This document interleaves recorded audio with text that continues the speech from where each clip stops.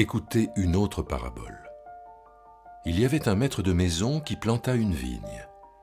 Il l'entoura d'une haie, y creusa un pressoir et y construisit une tour, puis il la loua à des vignerons et partit en voyage.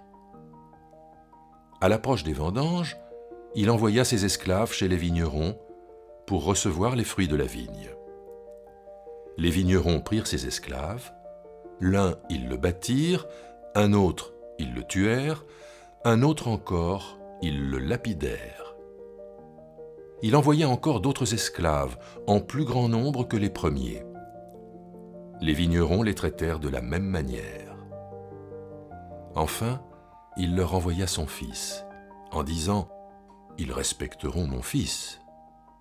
Mais quand les vignerons virent le fils, ils se dirent « C'est l'héritier, venez, tuons-le, et nous aurons son héritage. » Ils le prirent, le chassèrent hors de la vigne et le tuèrent. Lorsque le maître de la vigne viendra, comment traitera-t-il donc ces vignerons ? Ils lui répondirent « Ces misérables, il les fera disparaître misérablement, et il louera la vigne à d'autres vignerons qui lui donneront les fruits en leur temps. » Jésus leur dit « N'avez-vous jamais lu dans les Écritures ? C'est la pierre que les constructeurs ont rejetée qui est devenue la principale, celle de l'angle. Cela est venu du Seigneur. C'est une chose étonnante à nos yeux. C'est pourquoi je vous le dis, le règne de Dieu vous sera enlevé et sera donné à une nation qui en produira les fruits. » Alors Michel, cette parabole vient à la suite d'une parabole précédente dans laquelle Jésus avait déjà un petit peu bousculé les religieux qui sont ses interlocuteurs. Je rappelle que nous sommes dans le temple après l'expulsion des marchands, donc dans la semaine sainte, dite semaine sainte.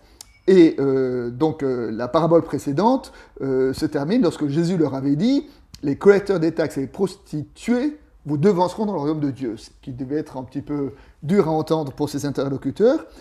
Et là, il en rajoute une couche avec cette parabole des mauvais vignerons où carrément il déclare à ces religieux que la vigne leur sera retirée. Alors, donc rentrons un peu dans cette parabole et alors d'abord commençons par évoquer un peu le contexte.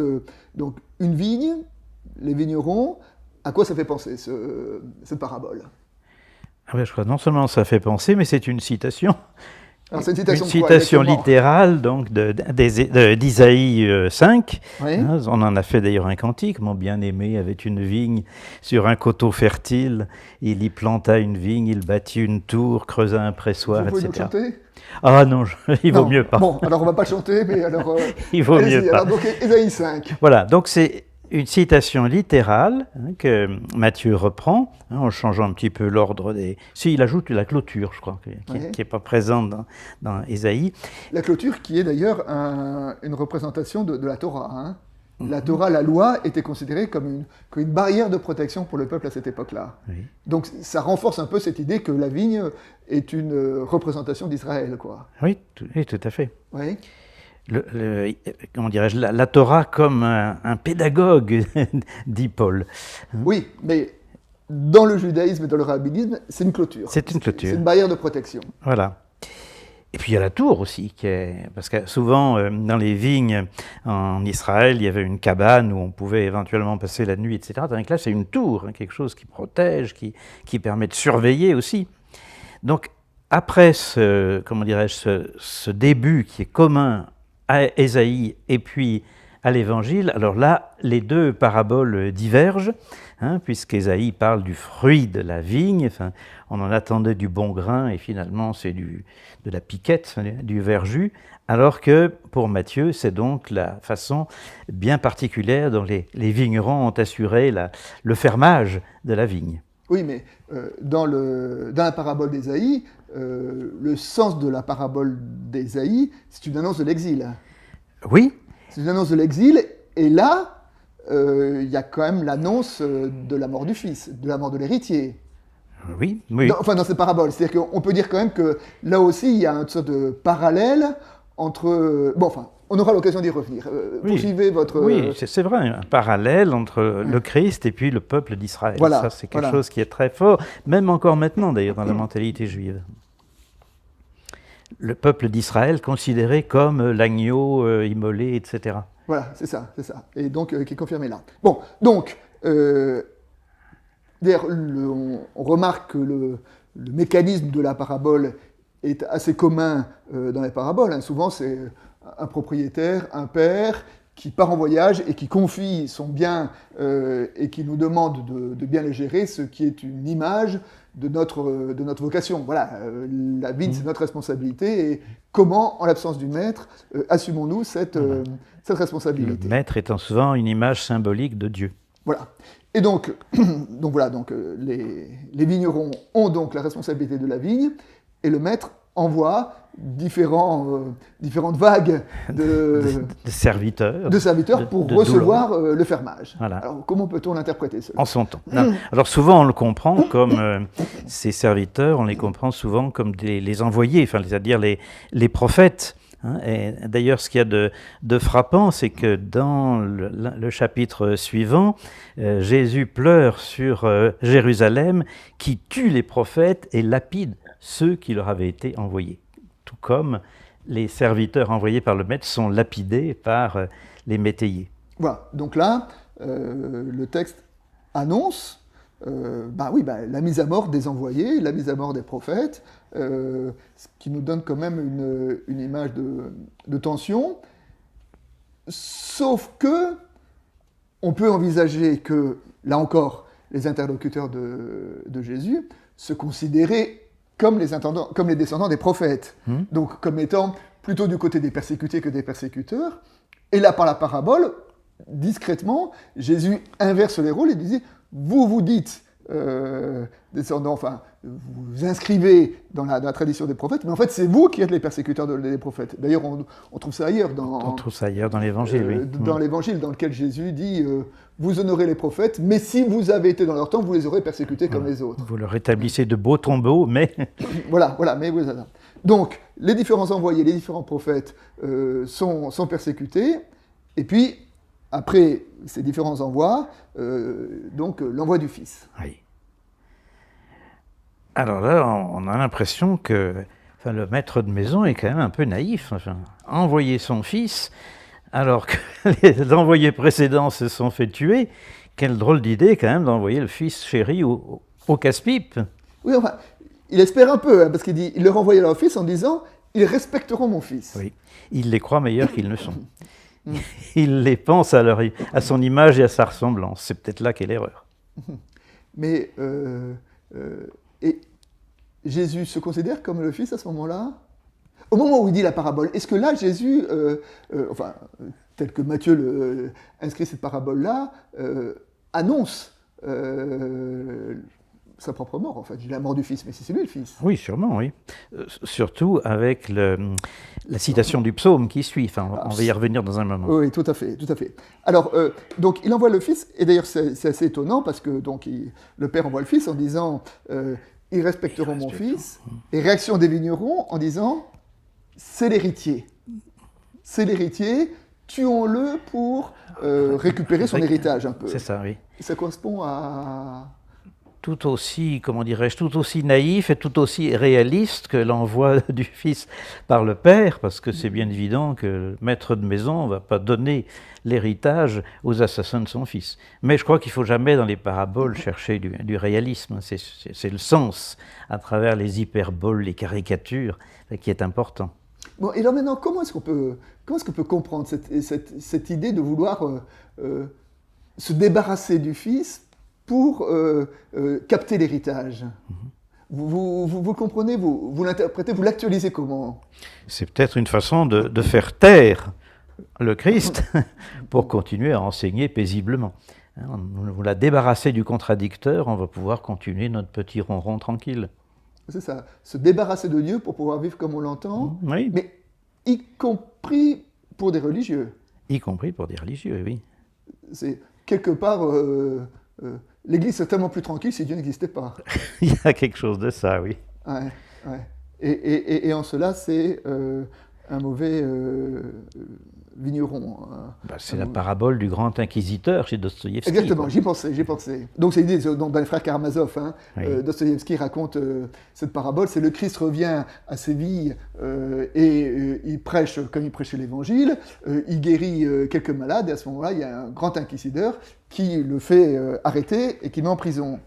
Et le soir, le grand inquisiteur va le visiter dans son cachot, et l'inquisiteur, donc, qui est un représentant du dignitaire de l'Église, Oui, l'Église officielle. n'a aucun doute sur le fait que Jésus est bien, que le personne est bien le Christ. Il dit, je sais que tu es le Christ, mais qu'est-ce que tu viens nous perturber en prêchant ton évangile de liberté? Les gens n'ont pas besoin de liberté, ils ont besoin de cadres religieux. Conclusion, le grand inquisiteur tue Jésus en sachant que c'est Jésus, parce que Jésus risque de contester le pouvoir de l'Église et de dire, nous avons substitué l'Église au Christ, nous avons substitué une religion d'ordre et de soumission à une religion de la liberté. Surtout, il ne faut pas que cette proclamation de la religion de la soumission soit remise en question. Donc, débarrassons-nous de Jésus, le grand inquisiteur se débarrasse de Jésus pour maintenir l'ordre et l'autorité de l'Église. C'était le raisonnement de Maurras, d'ailleurs. Qu'est-ce que c'est bien l'Église catholique comme moyen de maintenir l'ordre de la société? Malheureusement, il y a cet abominable juif de Jésus qui vient donner des idées subversives aux bons chrétiens, aux bons catholiques plutôt, disait-il. Donc Maurras était pour un christianisme sans Jésus. Oui, c'était un grand inquisiteur à sa manière. Et c'était un mauvais vigneron. Exactement. Voilà. Alors maintenant, donc, on continue notre lecture de la parabole. Et puis, effectivement, là, tout à l'heure, vous avez un peu attiré déjà attention là, sur cette conclusion, avec cette parole de Jésus, et alors cette citation du psaume 118, que je redis parce que elle est absolument essentielle dans tout le Nouveau Testament. La pierre que les constructeurs ont rejetée, qui est devenue la principale, celle de l'angle, cela est venu du Seigneur, c'est une chose étonnante à nos yeux. Merveille à nos yeux. Voilà. Alors, comment vous comprenez comment vous comprenez la citation à ce moment-là de la parabole? Alors, la première impression, c'est un peu bizarre, cette citation, parce qu'après tout, le psaume 118, c'est un psaume de confiance en Dieu, certainement, mais un psaume de confiance en Dieu qui nous donne la victoire. Donc on est quand même très loin de la mission de Jésus. Et c'est curieux d'ailleurs parce que la lecture liturgique a coupé le dernier verset, qui est d'ailleurs contesté. Enfin, il n'est pas dans tous les manuscrits. Celui qui tombera sur cette pierre sera brisé, et celui sur qui elle tombera, elle l'écrasera. Alors moi, ça me fait penser à la prophétie de Siméon, lorsqu'il prend dans ses bras l'enfant Jésus, et il dit « Il est là pour la chute et le relèvement », anastasis, c'est le même mot que pour résurrection, de beaucoup en Israël, et pour être un signe de contestation. Donc c'est vraiment Jésus il va falloir être pour lui ou contre lui, et on va se heurter à cette pierre, mais en même temps c'est une pierre d'angle, c'est la tête d'angle, comme si on prend la traduction littérale, ce sur quoi on peut vraiment se fonder. On pensait tout à l'heure à la parabole de la maison construite solidement ou au contraire construite sur le sable. Si on construit sur la parole du Christ, voilà, c'est du solide. C'est vraiment lui la pierre d'angle. Il y a quelques semaines, là, je faisais un peu une étude sur les citations du Premier Testament dans le Nouveau. Et je me suis rendu compte que le verset du Premier Testament qui est cité le plus grand nombre de fois dans le Nouveau, c'est justement ce verset du psaume 118, qui est cité 3 fois dans les évangiles synoptiques, donc dans cette parabole des mauvais vignerons, et puis une fois dans le discours de Pierre dans les Actes des Apôtres, une fois dans l'épître de Pierre, et en plus, il y a une référence à ce verset dans l'épître aux Éphésiens et dans une autre épître du corpus paulinien. Et d'une certaine façon, je me suis dit, remettons-nous un peu à la place de la première Église. Dans les évangiles, on voit une chose, c'est que chaque fois que Jésus a annoncé la croix, et la croix, la mort du Fils, elle est transparente ici dans cette parabole, les disciples l'ont tout simplement pas entendu. Pour eux, ça n'était pas compréhensible, ça n'était pas audible que si Jésus était Christ, il puisse être crucifié. Je veux dire, Christ croix étaient 2 mots qui étaient radicalement contradictoires, opposés l'un à l'autre, on ne peut jamais les associer. Et pourtant, Jésus a été crucifié, c'est un fait, et donc ça a été une dévastation dans la compréhension et dans l'univers religieux des disciples. et après Jésus et Christ par la résurrection. Et donc, la première Église a bien été obligée d'essayer de comprendre comment articuler le mot Christ et le mot croix.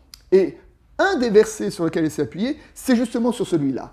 La pierre qui a été rejetée est devenue la pierre d'angle, c'est-à-dire la pierre principale. Et la pierre qui a été rejetée, c'est-à-dire que la croix qui est le symbole du rejet radical, eh bien la croix est justement ce sur quoi on va reconstruire une théologie et on va reconstruire une foi. Et donc ce défi qui fut celui de la première Église, eh bien, c'est appuyé sur ce verset du psaume 118. Et il y a quelque chose d'un petit peu étonnant, c'est que vous savez, ce qui est rejeté est devenu le principal. Et ça me fait penser qu'il y a une discipline de la sociologie qu'on appelle la rudologie. Et la rudologie, c'est l'étude d'une société à partir de ses poubelles. À partir de « dis-moi ce que tu rejettes et je te dirai qui tu es ». Et bien, d'une certaine façon, je trouve que là, ce verset, ce principe de la rudologie, est une façon de dire la croix. C'est justement l'essentiel, ce qui permet de comprendre quelque chose, c'est par ce qui a été rejeté, et c'est par la croix, quoi. Et donc, cette parabole des mauvais vignerons est une façon d'annoncer le rejet et la mort du Fils, mais de dire aussi en quoi la mort du Fils est le commencement d'une nouvelle histoire. Et cette nouvelle histoire, c'est l'histoire de l'Église, et c'est l'histoire dont nous sommes les héritiers, et c'est cette histoire-là que nous sommes invités à comprendre, à actualiser, à habiter, y compris à travers notre lecture de la parabole des mauvais vignerons.